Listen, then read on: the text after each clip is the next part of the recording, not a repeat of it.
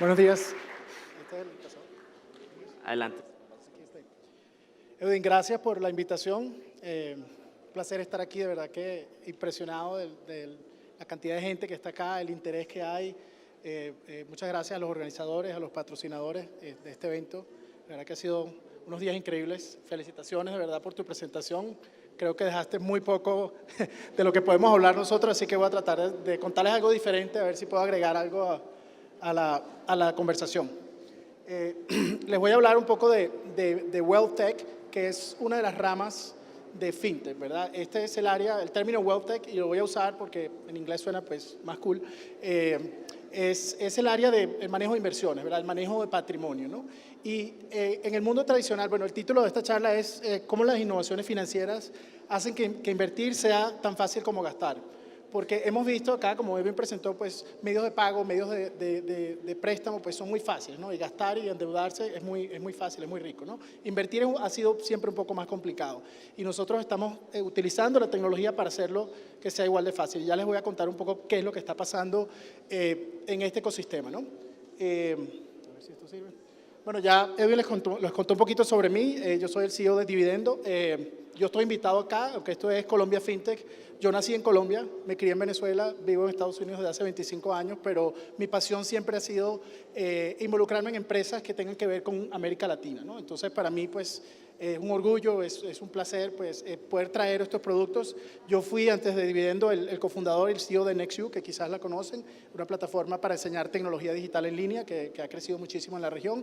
Y antes de eso también tuve la oportunidad de involucrarme con Open English, que quizás también conocen como asesor, como inversionista, pues, y todavía mantengo una relación con esa empresa, ¿no? Y ese fue como mis primeros pasos en todo el mundo de la tecnología. Y pues antes de eso pasé muchos años en el mundo corporativo manejando inversiones y estaba en el mundo, si se quiere, en el mundo tradicional, involucrado mucho en el tema de Wealth Tech, ¿no? de manejo de inversiones.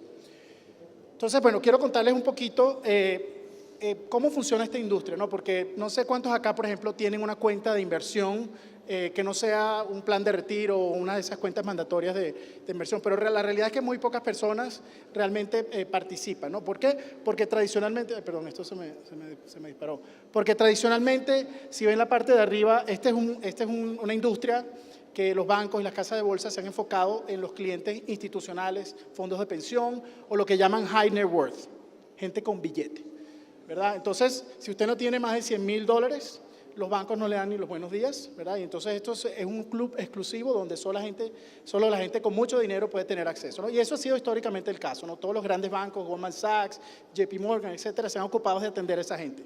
Y entonces el resto de nosotros hemos quedado siempre por fuera, ¿no? La cadena de valor, o sea, los componentes de este servicio, se los voy a explicar muy rápido, son las personas van al mercado, se quieren informar, quieren saber qué está pasando, quieren recibir información, esos son reportes y análisis que hacen los bancos y se los dan a sus clientes. Luego viene un proceso que es el proceso de apertura de la cuenta, es un proceso bastante complejo, engorroso, muy involucrado, con mucho papeleo, donde uno tiene que verificar la identidad de la persona, donde uno tiene que saber de dónde vino la plata, porque esa es la parte más regulada y más delicada de esta industria, ¿no? Entonces, pues ahí hay un trabajo que involucra a muchas personas. Luego viene toda la parte del asesor de inversiones, que es ese señor experto, encorbatado, que le va a decir cómo va a manejar su plata. Y luego entonces le maneja la plata, o sea, la invierte, compran acciones, compran bonos, meten en fondos, en hedge funds, etcétera. Y entonces viene todo un proceso de manejo donde también hay mucha gente involucrada en el proceso de manejo de ese portafolio de inversión que también se administra, ¿no? Entra plata, sale plata, se emiten reportes, se calculan retornos y ahí pues también hay una cantidad de gente. Algunos de esos procesos, como ven en la parte de arriba, han ido siendo automatizados y hay tecnología obviamente que está apoyando eso, pero hay mucho involucramiento de personas. Y al final pues hay una parte que es el manejo de la relación, que es muy importante. Si usted es una persona high net worth, de billete, ¿verdad? Pues usted quiere sentarse, ir al banco y que alguien le cuente cómo va la cosa, ¿no? Cómo va mi cuenta.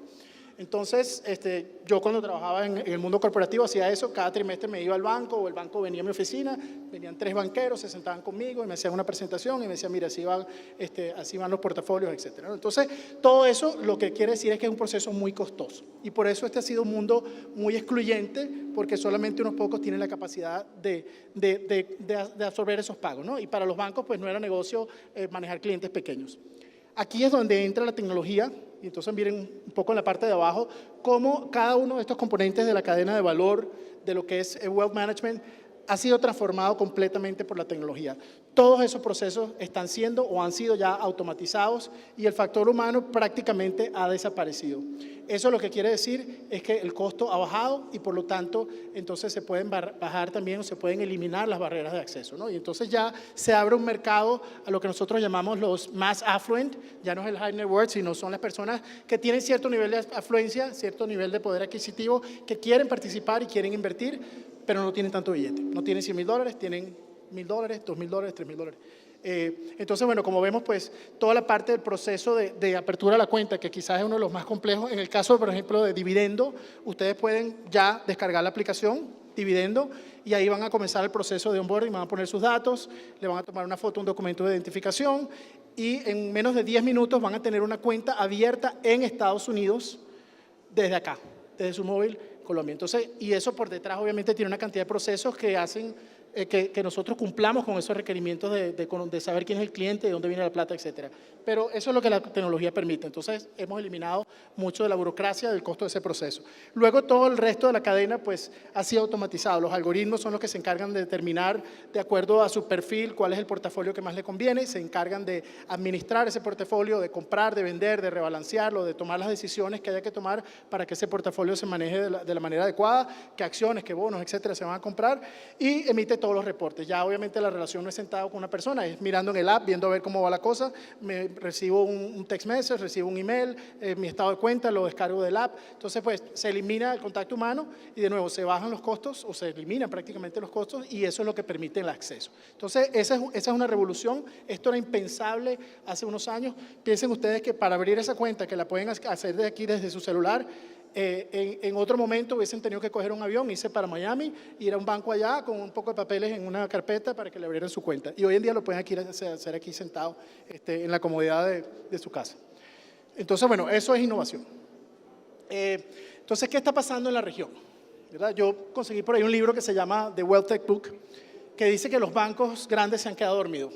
Yo pienso que eso es un poco exagerado porque aquí hay muchos representantes de la banca, sobre todo en Colombia creo que no están dormidos, es más al contrario, están muy despiertos, están haciendo muchas cosas y yo he tenido conversaciones con varios bancos en México, en Centroamérica, en Chile y hay muchas cosas pasando. Los bancos sí están despiertos y sí están mirando esto con atención porque se han dado cuenta de que a pesar de que el negocio de la banca privada, que ha sido un negocio que se ha dedicado a atender a esos clientes de high net worth, pues tiene una base de clientes muy grande que también le interesa esto. Quizás no es para todos los clientes, pero sí para muchos, ¿no? Pero tradicionalmente lo que ha pasado es pues, que los bancos han tratado de proteger un negocio donde ellos tienen unos productos que quieren promover, además de terceros, y además un negocio muy rentable porque cobran fees, cobran unos porcentajes muy altos y entonces pues es un buen negocio porque cambiarlo, ¿no? Pero creo que lo más importante, y un poco es lo que hablaba Edwin antes, la mayoría de lo que ha sido la innovación en fintech, capital, esfuerzos, emprendedores, han estado concentrados en lo que yo llamo el lado de los pasivos. Es decir, ¿cómo hacemos para que la gente gaste más fácil? ¿Cómo hacemos para que la gente se endeude?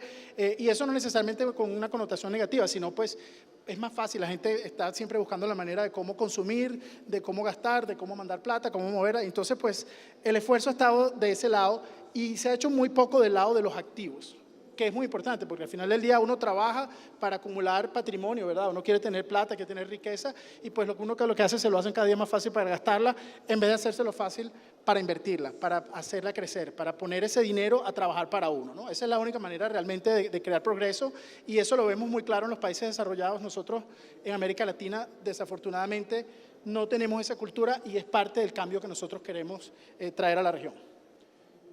Entonces, bueno, pues tenemos una balanza que está un poco inclinada hacia este lado y nosotros estamos un poco solos. Hay varios participantes en la región, locales, etcétera, pero hay un esfuerzo naciente. Si ustedes recuerdan una de las láminas que mostró Edwin, donde mostraban todos esos unicornios, pues de todo eso que había ahí, había creo que 2 que son de WealthTech, de como 50 que habían ahí, ¿no? Entonces eso les dice un poco dónde está esta balanza.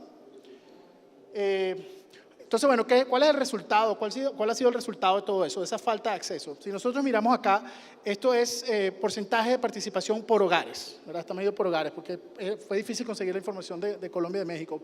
Pero en Estados Unidos, que es quizá el mercado más desarrollado en lo que tiene que ver con inversiones, un 33% de los hogares tienen algún tipo de cuenta de inversión. Esto, de nuevo, estoy excluyendo las cuentas de pensiones, de retiro, etcétera, sino cuentas privadas. Yo quiero una cuenta de inversión porque quiero invertir parte de mi sueldo. que no tiene que ver con mi cuenta de retiro. 36%. Si vemos los hispanos en Estados Unidos, que son básicamente latinos, ¿verdad? Y tienen la misma idiosincrasia, pues ahí ya vemos que es un tercio del tercio. ¿Por qué? Bueno, por un tema cultural, lo que yo hablaba, no tenemos esa tradición de pensar en el largo plazo, de invertir, y además de eso, pues también hay un tema de acceso, ¿no? Los hispanos, por lo general, tienen un poder adquisitivo un poco menor, y entonces como no son high worth, no son gente de billete, muchos de ellos, entonces pues han participado históricamente mucho menos. Y luego cuando miramos la región, vemos como por ejemplo en Colombia, por ahí conseguí un reporte que decía que en Colombia habían como 500.000 cuentas de inversión solamente, ¿no? En el país. No sé, aquí me están mirando un artículo de prensa, lo puedo compartir, bueno, pero de todas maneras el número es bajo, ¿no? Yo creo que es una penetración muy baja porque, de nuevo, el mercado objetivo ha sido el high net worth y eso no es para todo el mundo, ¿no? En México también hay un reporte de la Asociación de Casas de Bolsa y ese fue el número que me dio. Independientemente de si el número es exacto o no, creo que los órdenes de magnitud es el mensaje acá, ¿no? O sea, hay una oportunidad de hacer que esto se parezca más a lo que está arriba y es lo que nosotros estamos buscando hacer. Entonces, ¿cuál es esa oportunidad? Bueno, ese mercado que yo les mencionaba cuando les hablaba de la cadena de valor, ese mercado del afluente masivo, esas personas que en su conjunto son 140 millones de personas, si incluimos 20 millones de hispanos en Estados Unidos, que es parte del mercado que nosotros atendemos desde Dividendo, y obviamente incluye a Brasil, que tienen en su conjunto $1 trillón. Eso es un montón de plata. $1 trillón, piensen en eso. Pero si lo miran individualmente, estamos hablando de $7.000 en promedio. O sea, que no es tanta plata. Obviamente para algunos acá pues es plata, pero ese no es el de billete, ese no es el high net worth. Es una persona que es un profesional, que tiene dinero, que tiene una capacidad de ahorro y que quisiera tener la capacidad de invertir, pero no puede, ¿verdad? Entonces, ese es el mercado que nosotros queremos atender. Ese es el mercado al que le queremos dar acceso. ¿Cómo hacemos eso? Bueno, hay que crear el producto adecuado a las necesidades de esa persona, que desde nuestro punto de vista son las plataformas automatizadas porque son las que pueden bajar esa estructura de costos que existe en los modelos tradicionales y va a permitir el acceso, ¿no? Entonces, pero para hacer eso necesitamos resolver esos pain points, esos puntos de dolor que tienen esas personas, esos más affluent que hablamos, ¿no? ¿Cuáles son esos puntos de dolor? Bueno, el primero es el acceso, ya lo hablamos, o sea, los mínimos son muy altos, hay que bajarlos. Con Dividendo ustedes pueden no solamente descargar la aplicación y abrirla, sino abrir la cuenta, perdón, sino también con $200 ya pueden comenzar a invertir. Piensen en esto, están con $200 abriendo una cuenta de inversión en Estados Unidos sin tener que irse para allá. El tema de costo de transacción, de nuevo, los bancos tradicionales pues cobran a veces hasta 3% de lo que tienen en la cuenta y les cobran si meten plata, si sacan plata, si hacen un rebalanceo, si hacen por transacción y pues al final del día se hace muy costoso, ¿no? Y es muy difícil entonces justificar un retorno cuando le están cobrando no tanto fee, ¿no? En el caso nuestro, por ejemplo, nosotros cobramos cuentas que tengan, por decir, $5.000, les cobramos menos del 1%, 0.8%, y eso es todo. Pueden meter, sacar plata, hacer lo que quieran, y es un solo fee. Entonces es muy transparente y es muy barato, es decir, porque el costo es muy bajo. Este pain point, el económico, es muy importante y después quiero hacer entrar un poquito más en detalle, pero tiene que ver con el costo de oportunidad y la pérdida de valor. Nosotros los que vivimos en América Latina, bueno, yo vivo en Estados Unidos, pero sufro el dolor, vivimos siempre continua volatilidad de las economías, ¿verdad? Y siempre hay inflación, siempre hay devaluación. Los que están en Argentina, pues recientemente acaban de sufrir una super devaluación de la moneda. Acá en Colombia, si miran en los últimos 5 o 6 años, el peso se ha devaluado más del 50%. En México también el mismo periodo se ha devaluado. Entonces, uno está nadando contra la corriente todo el tiempo, ¿no? Para tratar de mantener el valor de lo que a uno tanto le ha costado ahorrar. Entonces, ese es un problema porque mucha gente ni siquiera se da cuenta, pero no tiene nada que hacer al respecto porque no hay opciones. Y el último es simplemente información. Si la gente no sabe, pues no puede actuar en función de cómo resolver ese problema, ¿no? Y históricamente estas son cosas que no se las enseñan a las personas en el colegio, no se las enseñan en la universidad, entonces la gente simplemente dice, eso no es para mí, eso es para los ricos, para el que tiene billete, y entonces pues no participa, ¿no? Nosotros como compañía de tecnología que estamos tratando de resolver este problema, pues estamos enfrentando una cantidad de retos, ¿no? Muy importantes. Primero es la confianza. Los bancos son, de alguna manera, para bien o para mal, los dueños del monopolio de la confianza. Es decir, un banco, por más que sea, la gente dice, bueno, yo sé que está ahí está la sucursal, yo voy a ir, mi plata va a estar ahí. Cuando uno ya presenta una fórmula, un modelo de negocio virtual, pues la gente dice, bueno, mi plata está en este app, pero si yo me quiero quejar, ¿a dónde me quejo? ¿Verdad? Y entonces siempre está el miedo de no le poder ir a tocar la puerta al banco. Yo sé que si el banco quiere ir a buscar mi plata, pues yo me paro ahí enfrente de una agencia y armo una pataleta y algo pasa, ¿no? Entonces, bueno, hay un tema, ese es uno de los retos más importantes para nosotros. La buena noticia es que con la adopción que Edwin nos mostraba antes de todo lo que son formas de pago, modelos de negocio, de fintech, pues cada vez se vuelve más común, ¿no? Yo creo que cada vez menos extraño pensar, bueno, yo puedo tener mi dinero invertido en una plataforma, en una aplicación móvil. Bueno, también la otra parte es que hay mucha gente que no está bancarizada. Acá en Colombia quizás están más avanzados, pero en general en la región el porcentaje de gente no bancarizada es mucho más alto y por supuesto para nosotros esa gente que en este momento no son clientes viables. Si no tiene una cuenta de banco, pues obviamente muy difícil va a ser que la persona esté interesada en invertir. Están aplaudiendo y no he terminado. Y bueno, hay una cultura de gastar, ¿verdad? Y de endeudarse, y entonces pues obviamente una persona que está en una situación muy apretada, donde está endeudada, donde no le alcanza la plata, pues tampoco va a tener una capacidad para estar invirtiendo, ¿no? Y bueno, el tema de educación vuelve a salir también ya al lado de un reto que nosotros tenemos que resolver. Ahí, por ejemplo, en el caso de Dividendo, nosotros nos dimos cuenta que eso era muy importante y lanzamos una plataforma educativa en línea, un poco parecido al modelo que tenemos en NextU, y es gratis. Porque lo que nos interesa es que la gente aprenda, que la gente entienda estos temas, porque eso hace que sean mejores clientes. Les conviene a ellos y nos conviene a nosotros. Y por el otro lado, los retos operativos son, por una parte, la regulación, ¿verdad? Ya lo hablaba Edwin, yo creo que ahí hay mucho terreno que se ha recorrido. En Estados Unidos también, nosotros somos una compañía americana, estamos regulados en Estados Unidos por el SEC, que es el Securities and Exchange Commission, la Comisión de Valores de allá. Y, pues, y tenemos a FINRA también, que es otro organismo regulador. Son muy exigentes. A nosotros nos tomó más de un año convencerlos que nos aprobaran poderle abrir cuentas de inversión en Estados Unidos a personas de América Latina. Fue un proceso, fue una batalla muy larga porque el tema regulatorio es muy difícil, ¿no? Había mucho temor de cómo podemos verificar la identidad de las personas, cómo podemos saber de dónde viene la plata, etcétera. O sea, todo eso fueron problemas regulatorios que tuvimos que resolver con tecnología.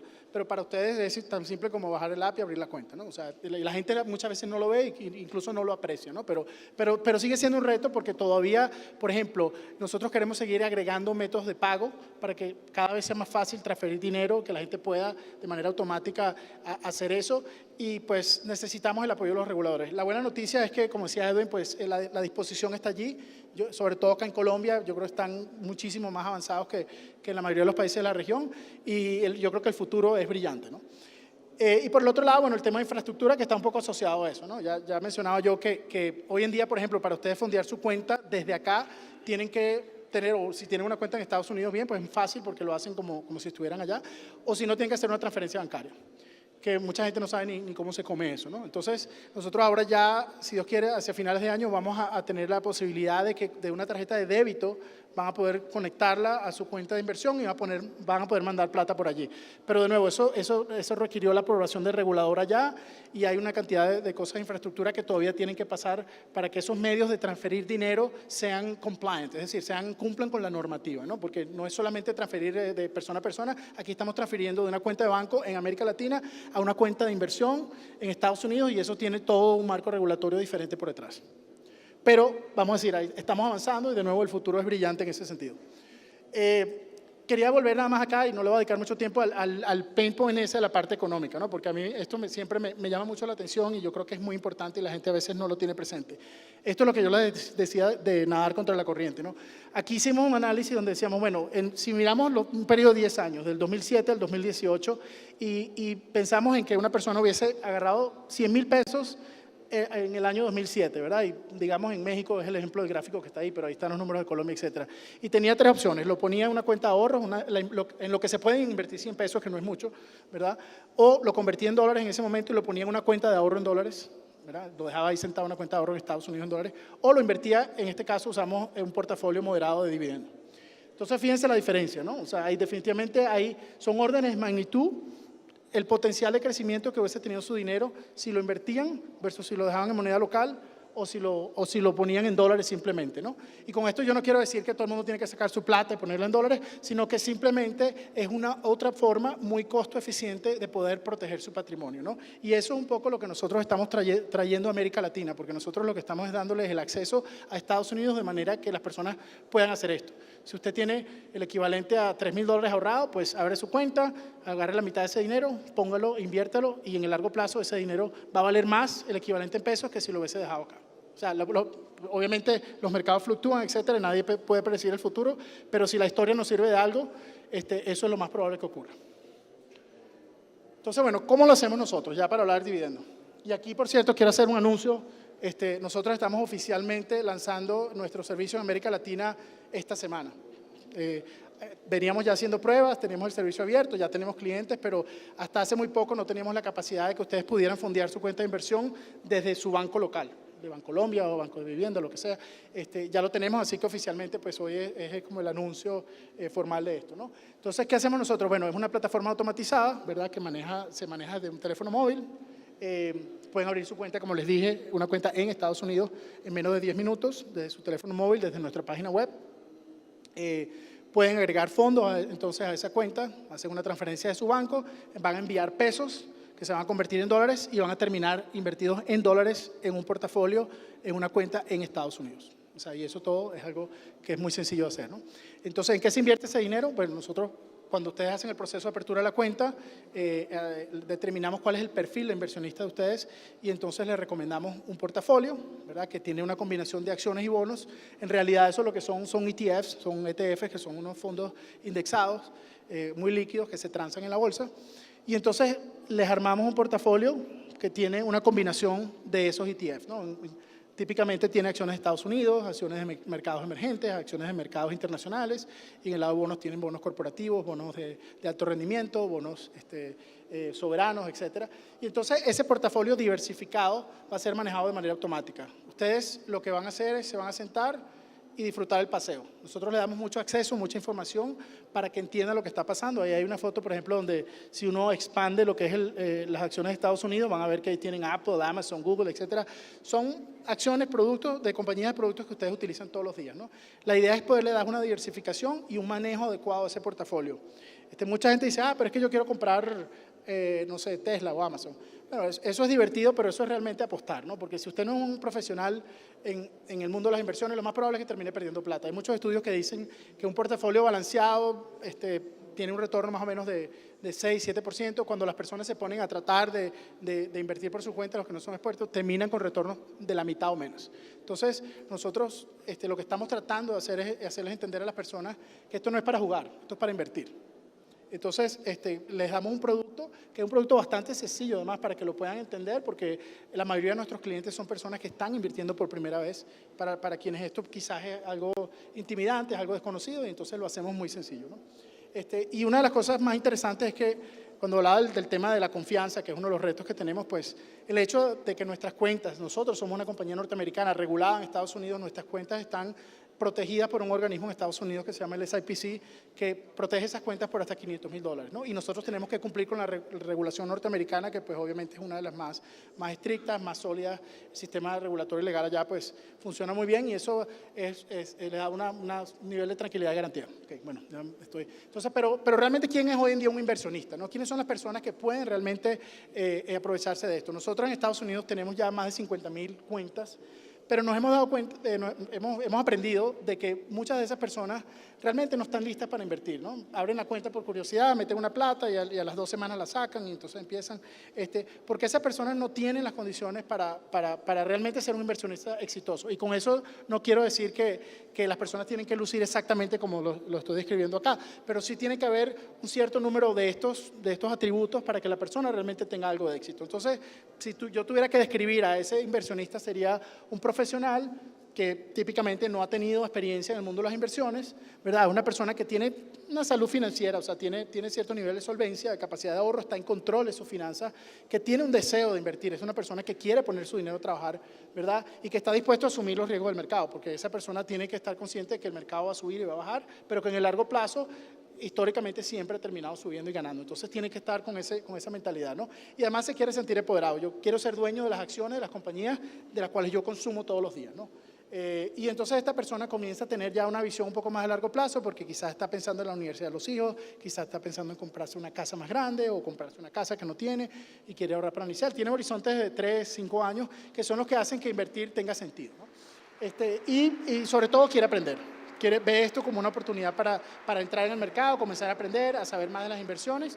Y bueno, y quiere disfrutar el paseo, porque al final del día, pues cuando uno invierte, los mercados van a subir, van a bajar, y parte de la emoción de ser un inversionista es ver qué está pasando ahí, ¿no? Es como meterse en una carrera y ver dónde va el carro de uno, ¿no? Entonces, eso es importante. Nosotros tratamos de crear esa experiencia para que las personas participen, aunque nosotros manejamos el portafolio, tengan un rol semiactivo en entender qué es lo que está pasando con su cuenta de inversión. Entonces, bueno, quiero cerrar ya con un llamado, invitándolos a que creemos una cultura de inversionistas, creemos un país de inversionistas, que Colombia sea un país de inversionistas, que América Latina sea una región de inversionistas, porque eso al final tiene un impacto económico positivo muy grande. Una persona que invierte, que tiene la capacidad de poder proteger y crecer su patrimonio, es una persona que tiene una estabilidad económica mayor, que tiene una capacidad de consumo mayor, y eso al final es un ciclo virtuoso que hace que la economía mejore, que la gente pueda consumir, que pueda participar de una manera más activa en la economía. ¿Qué hace falta? Bueno, acceso, ya lo hablamos, ¿verdad? Educación, súper importante, por eso nosotros tenemos esa plataforma y por eso es muy importante que todo el mundo siga enfocado en ayudar a las personas a entender mejor cómo poder ser buenos inversionistas, ¿no? Y por último, bueno, pues necesitamos el apoyo de los reguladores para que nos permitan seguir innovando, seguir creando acceso, bajando costos, de manera que esto pueda ir llegando a la base de la pirámide. Bueno, con eso termino. Muchas gracias.